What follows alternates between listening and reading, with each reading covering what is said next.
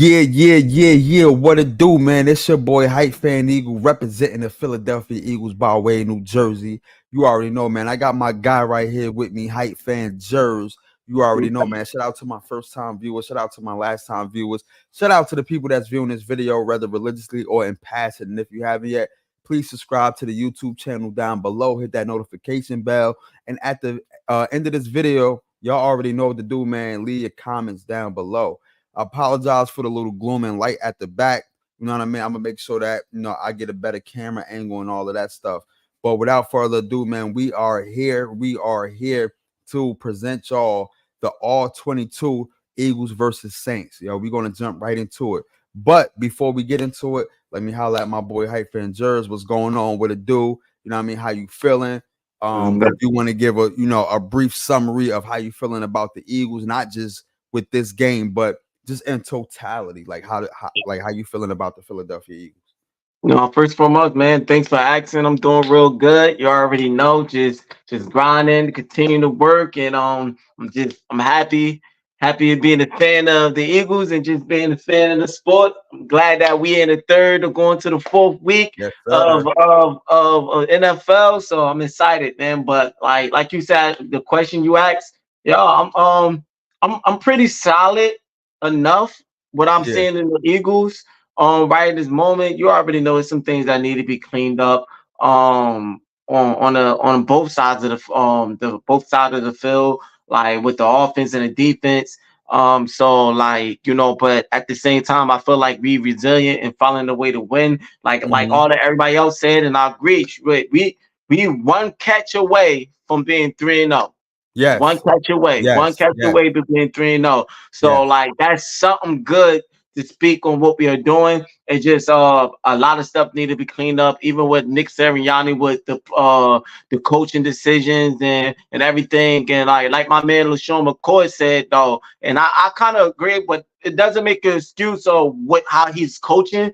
But I do understand what he's saying. He's basically saying that it's still early in the game, It's still early in the season, and maybe he's just maybe he's coaching that way because he's still trying to learn everybody. He's trying to learn everybody, and because he's probably seen what we was doing last season of going for it, and we was winning it more than what we are doing now. He's probably still have that mentality from last season because of what we was doing there, and he still got that aggressive now.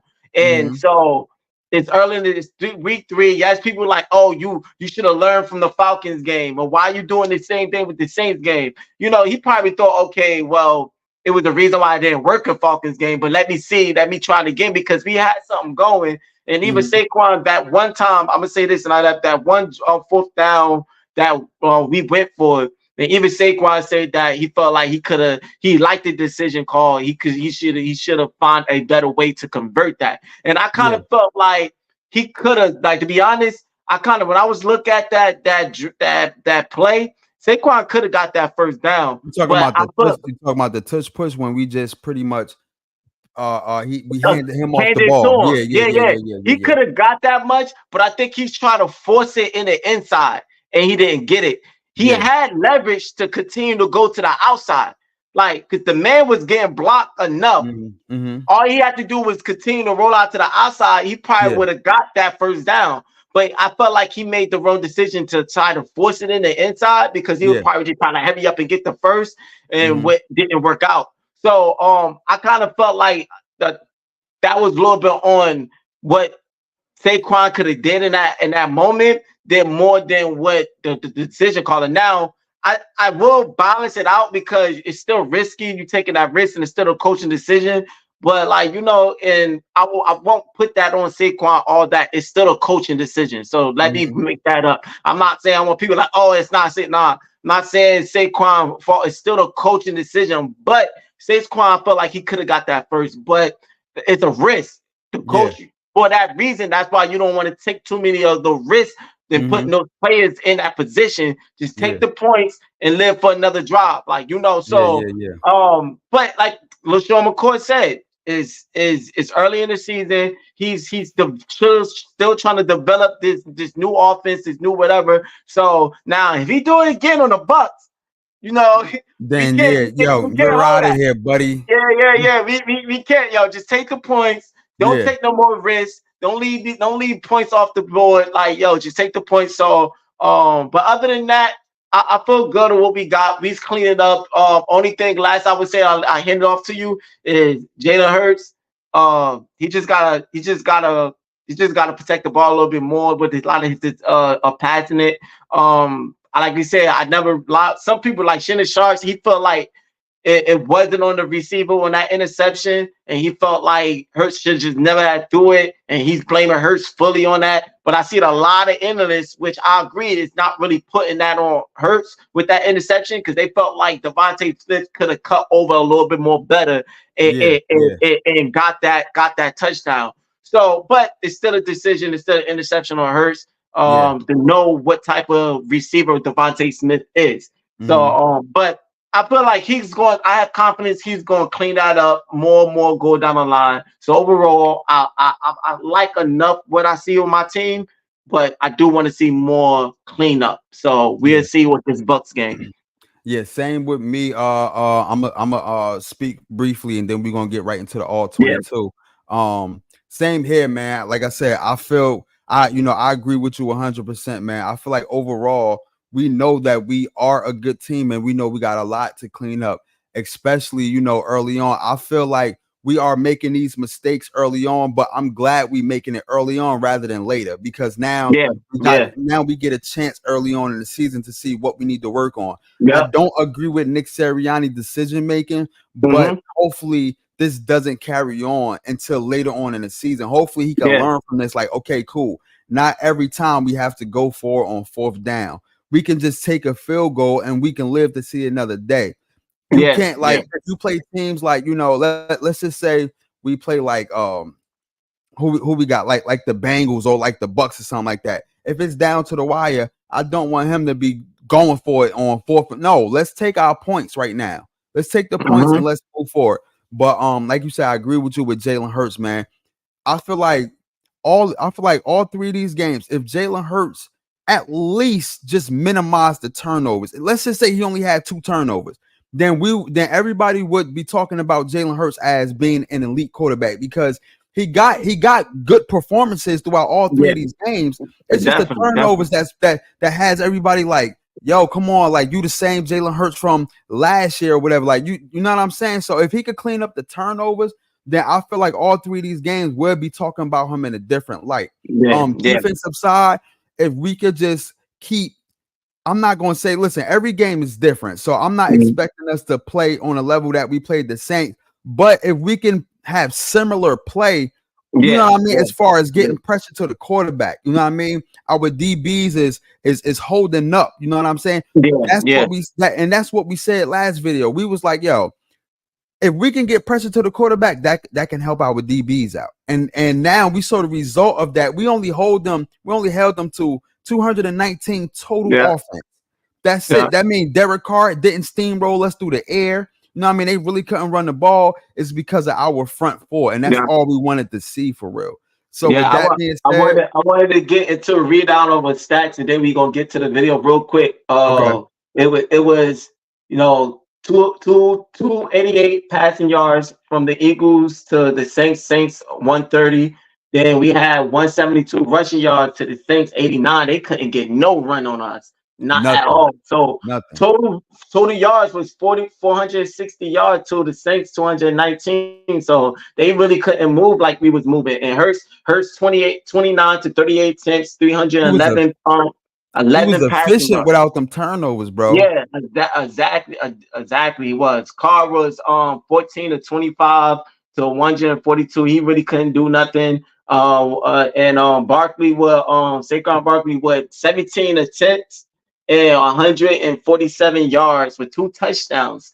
Like he was balling. Kamara only 26 was 26 to 87 yards. So he was had more attempts but less yardage. So they was trying to feed Kamara that ball, They but was trying to feed him, but it wasn't working. It was not working at all. Like it was not working. And we already know what Goddard did on that game. 11 targets, 10 catches, 170 yards. Like he balled out. Like so that's the stats. And everybody, it's other people that did their thing, but those was the key players. But besides, Jalen Carter with the good defensive side, doing his thing with Jordan Davis and everything. But that's what I wanted to read off. Yeah, and I want to say this before we go to our new viewers and our old viewers and whoever watching this video.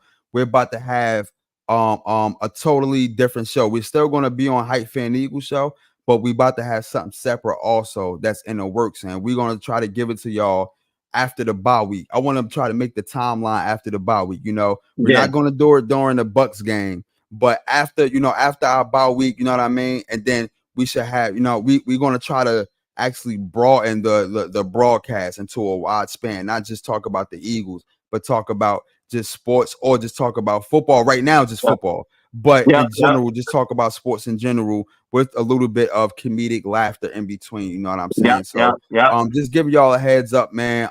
So we are in the works with that, you know what I mean, as far as how we gonna do it, as far as the graphics and everything. So just stay tuned into that. Make sure y'all subscribe to the channel so that way y'all won't miss a video when we do start producing that show. Right now, without further ado, let's get into the breakdown of the Philadelphia Eagles versus the Saints all 22. Let's get it, man. Let's go. Let's get it. Let's get it. Here we go, man. Here we go. Here we go. All right, man. Let's kick off. I'm about to fast forward that, man. All right, here we go.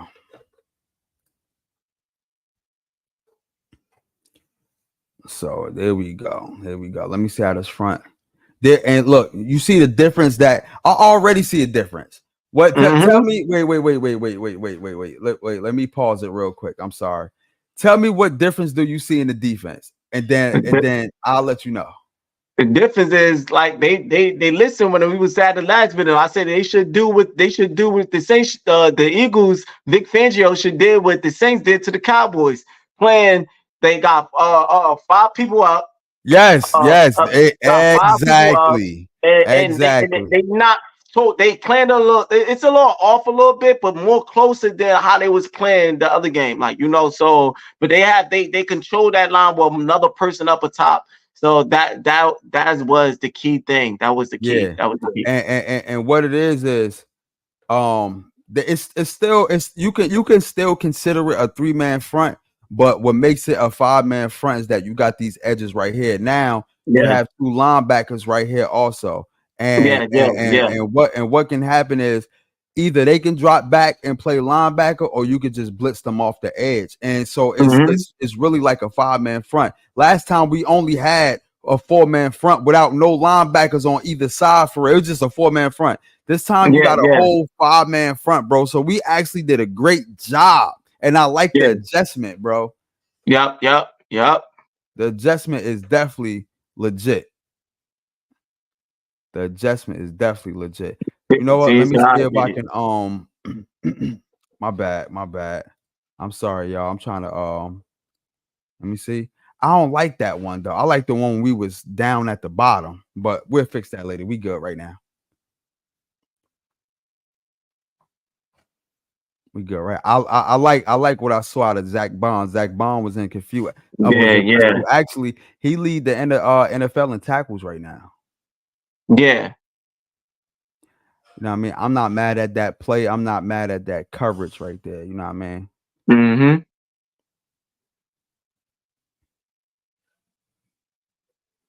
I'm not mad at that. That was an adjustment. He just had to race to that ball right there. It was nothing Darius they could do right there. Look at that. Look at that front. 3, 4, 5, 6. That's a 6-man front. Something that we didn't bring before. Good tackle by CJ. Look at that. 1, 2, 3, 4, 5, 6. And all of them blitzing. All of them going. Good trace down by CJ. Mm-hmm. Good trace down by CJ. Here we go. Here we go. Another four. This is a 4-man front. Just transition into a 5-man front.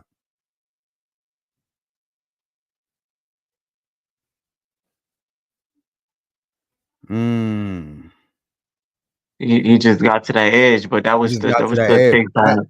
Yeah, that's what happens when you have good running backs, though. Good running backs, they just not going to settle. So that is expected from good running backs, is to get to the edge. You know what I'm saying? Yep. But we still did a nice job containing, though. Like, it ain't like he kicked out, our tail on that play.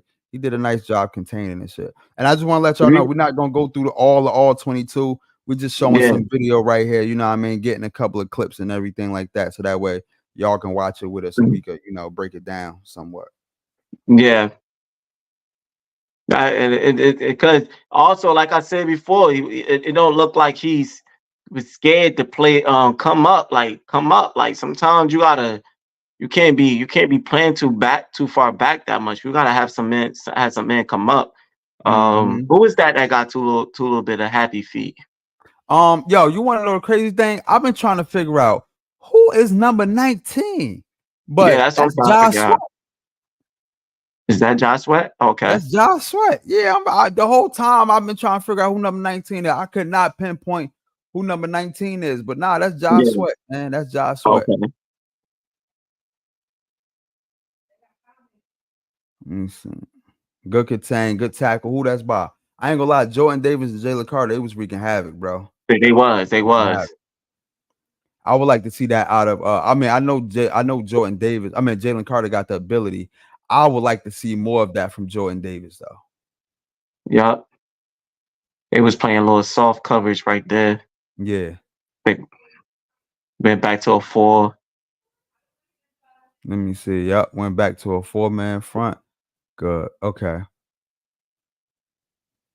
Oh, so that was an incomplete right there. Went back to a 5-man front. Yep. You had Zach Bond containing the edge. That's what I like. Let me go back. And this is what I'm saying. That's what you were talking about the last on 22, like when we were saying hot mixing it up. Yeah. Mixing it up. Look at him. He just making sure that Zach Bond come out, making sure that nobody pops out this way. So he is going to contain the edge, just making sure. Once he saw that it was a run for sure, he then went to go in pursuit. But that's a good job. That's a good job. Here we go. Look. He's acting like he's blitzing, but in reality, he's containing the edge. And then once he saw the run popped out the other way, he went in pursuit. So, like you said, man, switching it up for sure. Yeah. Switching it up.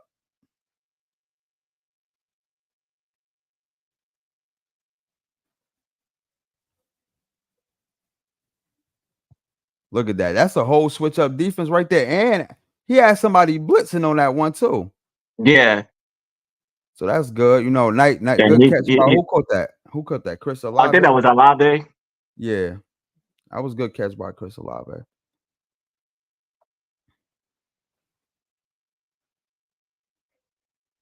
Look at Ringo. That was a good catch.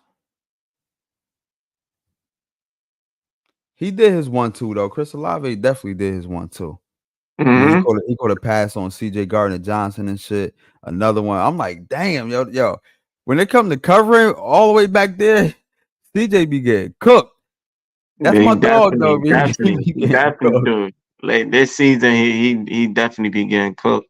Hell yeah, he be getting cooked. But like I was saying, in my video earlier, like CJ is more of a box safety rather than a cover safety. So he remind me a lot. Like anybody that can play, like what's my guy that went to Earl Thomas? Like Earl Thomas was more of a box safety. He was like the 3rd or 4th linebacker that just played safety for real. So he'll come up and hit you, he'll come up and rattle you. He wasn't so much of a cover guy. And our defense, Reed Blankenship is more of the cover guy, more of the real safety. CJ Gardner-Johnson is the strong safety, and he played in a box a lot too. Not saying that he can't cover, because he couldn't, but it's not as strong. I don't think as strong as Reed Blankenship, but he's definitely like a strong safety. He's a box safety. come up and lay the wood. You know what I mean? And that's also what he did to Bijan Robinson on that 4th down when Bijan Robinson tried to come up, you know what I mean, and get that 4th and 1, and CJ Gardner just smacked him. You know what I'm saying? Look at that. That's what I'm talking about. Pressure, man. All you got to do is get pressure. Listen, if the quarterback throw a pass and if the wide receiver complete it, I'm cool with that. As long as you bring pressure to try to interrupt the timing of the quarterback and the wide receiver. That's all I'm looking for real. Just bring pressure, bro. Just bring pressure. That's all. That's it. That was a good stop, man. That was a good stop by Nolan Smith. That was a great stop by Nolan Smith. Let me try. I should be charging my phone.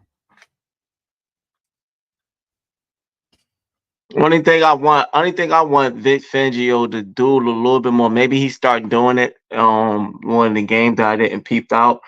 But like I like that he brung like a 5-man to 6-man and he rotating between on the line, but he's doing that while playing soft coverage at the same time. At the same time, yes. He's doing that, and that's allowed. I think that was allowing a lot of quick passes for Carr to get the ball out of his hands early because of a lot of those zones, a lot of those holes was available for him to get it out because the soft coverage. Like, you know, I want him to not be scared to come up a little bit more. That's the same thing the Saints did with the Cowboys.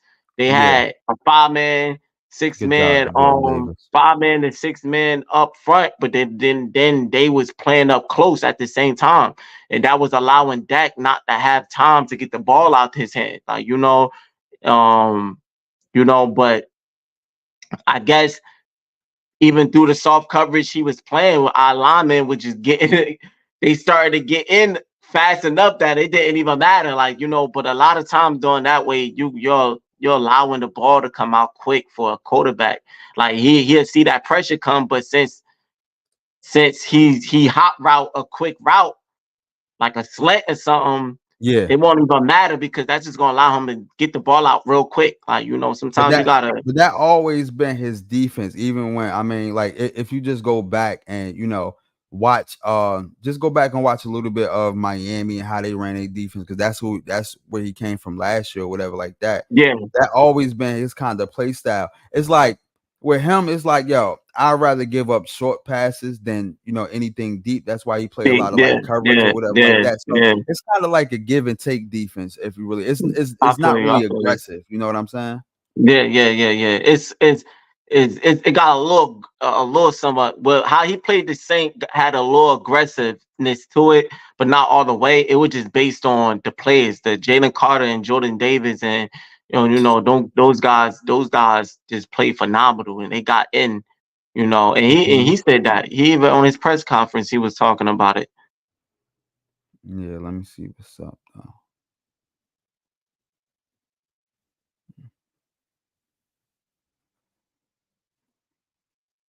I didn't particularly like that play right there. Yeah. This is empty.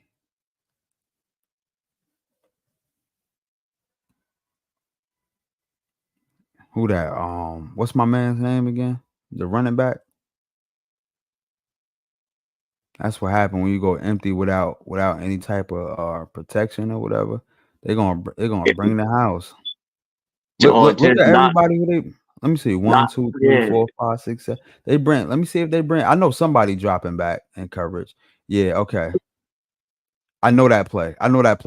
because I used it on Madden before. I know that play. Mm-hmm. All right, so what we're gonna do is, y'all, we're gonna fast forward a little bit or whatever. Just try to speed this up a little bit. You know what I'm saying? Because like I said, we're not watching the whole all 22 or whatever. I just want to get some key points to break it down or whatever the case may be. Yeah. So we're gonna start from here. And then tomorrow or Thursday there will be another all 22 to break down on the Saints. I mean on the Buccaneers. Either me and him going to do it or I'm going to do it, and I'm going to do another breakdown. Going to do another prediction or whatever. It's going to be a bunch of videos coming, so please stay tuned in for that. Leave your comments down below. What y'all think about this game? Even though this is, you know, game in the past and we looking forward, but let me know and let us know what y'all think about this game and how we could actually utilize this game and take what we got from this game and what we did from this game and move forward with it, you know, and to the next game. So just, you know, leave your comments down below on that too. Yeah, that was a big hole that he had. Yeah. Sure, I would have ran it. I would have ran it too if I would saw that. Hell yeah. Hell fucking yeah. We're gonna cap it at you want to cap it at 30? You want to cap it at 30?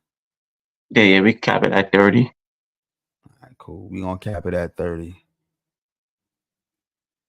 Oh man. What I want to do though, my next all 22 is I want to get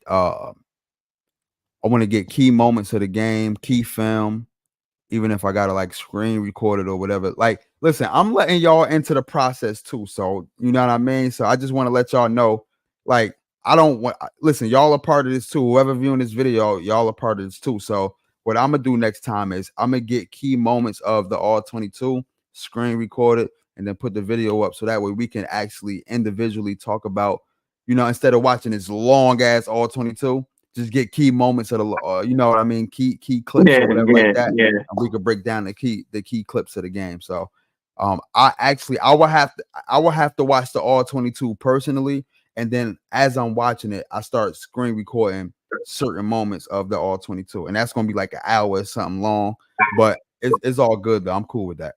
Yeah, nah, I feel you.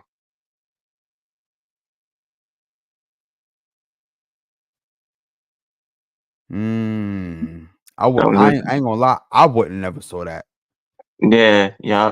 Because I saw a couple people open. I would have, let me see. Nah, wasn't nobody open but got it. All right. Well, he made the right decision. It was a good design play call. Yeah. And I like that. A lot of people was like finally they starting to get Goddard involved, and they definitely need to dial up some more plays will get him involved. Like you know, and Goddard is so humble. He was like, "Listen, man, I'm here just to do whatever to help the team," and that's cool. That's the politically correct answer, but I know he want the ball for real. Yeah. Like he was like, "Yo, it's a lot of it's a lot of play call. It's a lot of play makers on the team with AJ Brown and Devontae Smith and with Saquon." So he knows whatever, but that's cool. But you know, for that reason, you should be able to mix it up because you got so many play callers, like so many. I say play callers, so many playmakers. Like so, you should be able to mix it up, like with a tight end play and a wide receiver play between Smitty and AJ Brown, and a running back play with Saquon Barkley and Kenny Gainwell too. Like you know, so you got all these playmakers. Kellen Moore should have no reason to not mix it up and get Dallas Goedert involved a little bit more, and I feel like when help. you got too many though, and this might be the case for him. I'm not saying it should be the case, but like when you got too many playmakers, it's like you don't even know like what to do with all of them for real. So you just probably just sticking to the ones that you know is guaranteed. You know what I'm saying? Because we got a bunch of fucking playmakers, bro. Yeah. I know. I feel you. But you have to have that dialed up when you just in case. And I know when you practicing for a game, and you only have you only have a set time to make sure you get certain plays down pat, and you don't probably have enough time to spend probably on a lot of different type of plays because this is all the plays you are practicing to dial in for a team. So like. And I get it, but like at least 1 or 2 plays for a tight end. Something creative, some creative. Like instead of only thing I see creative, they dial in for Dallas Goedert lately, and more often is tight end screens. That's the only thing, whatever. But other than that, it don't really be that much of creating dial in like they did this game for him. Like you know. So, like, yes, I understand that, but I kind of feel like it would help Jalen Hurts to not throw that ball downfield too much to intentionally make an interception when Yeah, he yeah, yeah, when he yeah, could yeah, just yeah. dump it off and pick up yardage, because Dallas Goedert he's good after a good Run tight end after that can catch, catch it yeah. and run. Mm-hmm. Like Mm-hmm. after the catch, a good run after the Mm-hmm. catch, like, and he got hands. So I feel like they should, man, especially Yeah. for the Bucks game, like they should. Yeah, yeah. I rewinded it back because I actually wanna watch this interception right here and see. Okay. Yeah, see what's going on. Let me see.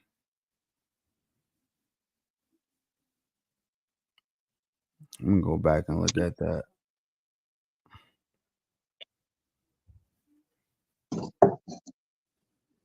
So let me see.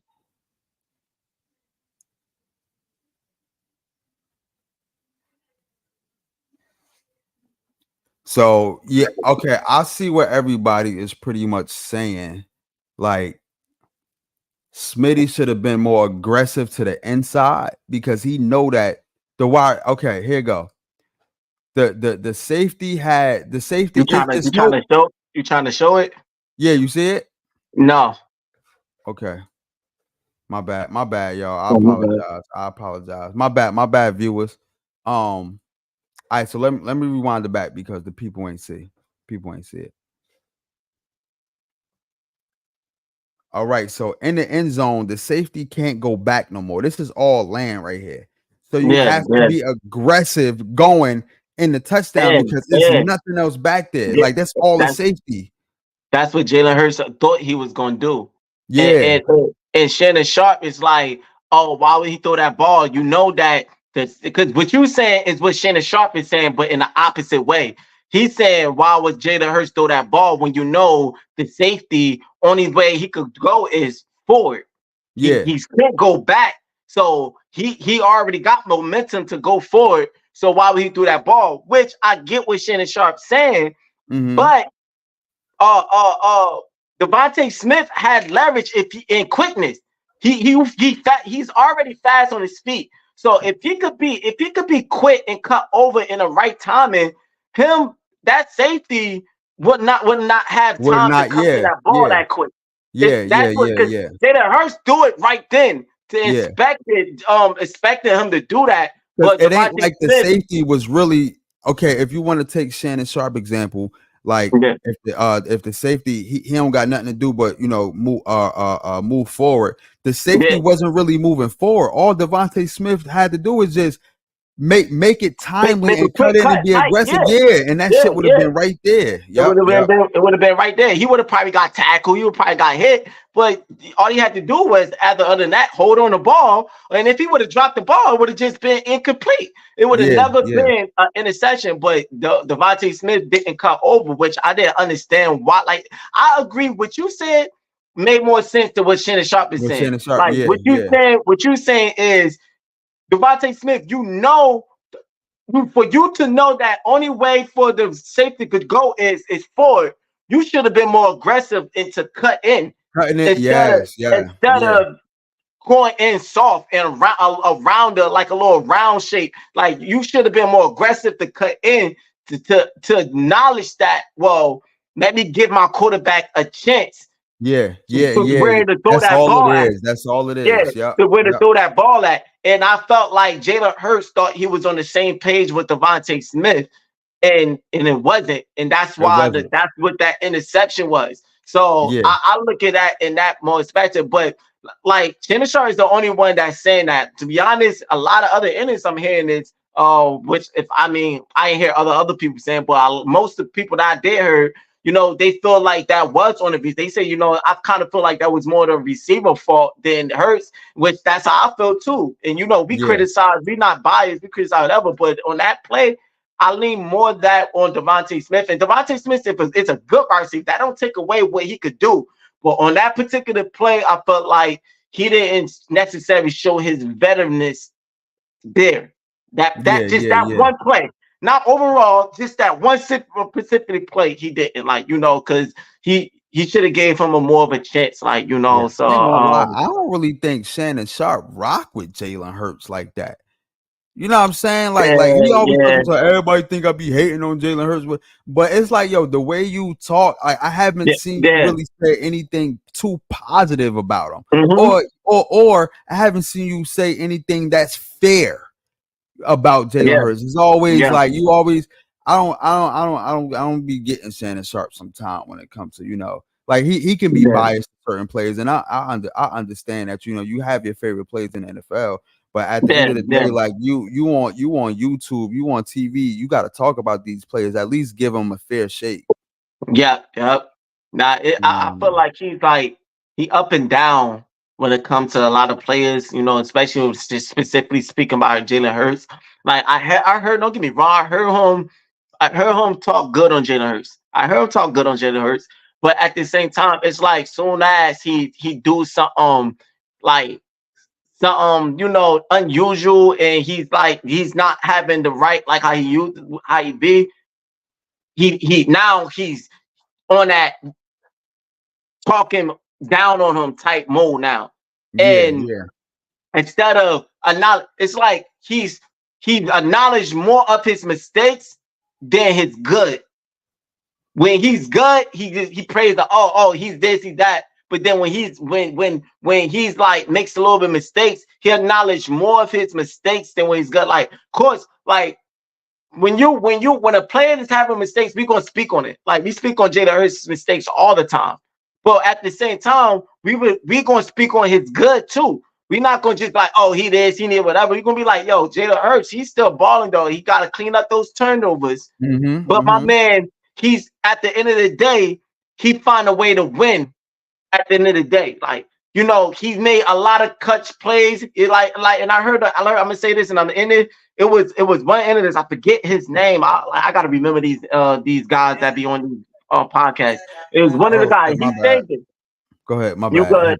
He was a prime example of what I'm talking about. He talked about the turnovers, which he have all right to do. And he talked about the turnovers, he talked about the interceptions and all that. But at the end of the day, he still gave Hurts his props, because he was like, despite the turnovers, despite that, he was like, Jalen Hurts still played a good game though. You know, no matter of fact, I know who it was. I got him mixed up. It was Ryan Clark. Ryan Clark said that. Okay. Yeah, Ryan Clark said that. Ryan Clark was like, yo, despite the turnovers and despite whatever, Jalen Hurts still play a good game on the Saints, because a lot of those jobs, he ran it right, and he ran it when he had to run to extend the plays, and he threw a lot of good passes. He was efficient. He was 73 completion percentage on the night. That is like elite. And to get 300, he got 311. You have to be able to throw the ball to get 311 passes. That's something. And that's what I mean is that that's why, you know, listen, we all listen to analysts, but we all got our own opinion. That's why there are a lot of content creators that actually, you know, actually talk the truth or their truth, other than actually going with what the analysts say. And at the end of the day, bro, a lot of these analysts like Nick Wright, a lot of these analysts like Acho, a lot of these others, they only speak on his turnovers and stuff like that, but they never actually say, yo, he did have, like Ryan Clark said, he did have an amazing game. He did throw for 311, like, despite the turnovers, and, you know, he has to clean that up, but he had an amazing game. And they don't want to actually say both sides to the story. They just want to give the you know, the bad part of it. You know what I'm saying? That's why we feel like it be hating them sometimes, because they don't do that for Jalen Hurts, but they do that for Josh Allen last season. They do that for him when he opened up the season with multiple picks and interceptions. They talk. Yeah, don't get me wrong. They did speak on his interception. They did say, "Oh, Josh Allen got to clean up the interception." Josh Allen, but over them speaking on his interception, they still praised him. But he's still an elite quarterback, though. He still found a way to win. He's still going clutch. He's still with us. They say all this goodness of him. They acknowledge his goodness through his mistakes, but they don't do that same thing for Jalen Hurts. They don't acknowledge his goodness through his mistakes. They only acknowledging his mistakes, turnover this, turnover that. All right, cool, we understand you do need to clean up the turnover, but can you acknowledge him balling? Can you acknowledge his clutch plays? Can you acknowledge what he's doing? Like, instead of just acknowledge the bad, like, cause like y'all doing that for these other, like somebody said, Patrick Mahomes have somewhat the same interception as Hurts. I heard. I don't do that. He do. But you know, hear them speaking more of that interception. Why they don't? Why? Because he's 3-0. Like, you know, so that's my thing. So I get it. I don't understand with Shannon Sharpe, you know, sometimes too. Yeah, for sure. All right, y'all, right there. That was the end of us watching the All 22. You know what I mean? We just wanted to give some commentary on the All 22 as we was watching it all together. Please stay tuned in for the All 22 breakdown on the Bucks, because they took a heavy loss, and definitely got to break that down to figure out how could we defeat them. Do they have holes anywhere on the defense? Are they weak anywhere on the offense? What could we exploit on the defense and the offensive side on the Bucks and everything like that, man? So thank y'all for this video. Everybody in my YouTube shorts, man, thank y'all, man. We appreciate y'all, man. That's my boy Hype Fan Jers right there, you know what I mean? Please watch him too. He's going to be on his channel. He's definitely going to give another breakdown whenever. Like I said, y'all already know what it is. I'm pretty sure the ones who've been watching it know how we get down. For the people that's new, Hype Fan Jers, he give his own breakdowns. I give my own breakdowns, and then we come collectively and talk about what we need to talk about, whether we agree to disagree. That's what the show is for. Please stay tuned for the new show that's coming after the bye week. We're going to actually introduce that after the bye week. You already know, man. It's your boy Hype Fan Eagle representing the Philadelphia Eagles by way of New Jersey. That's your boy Hype Fan Jers. You already know, man. Gang.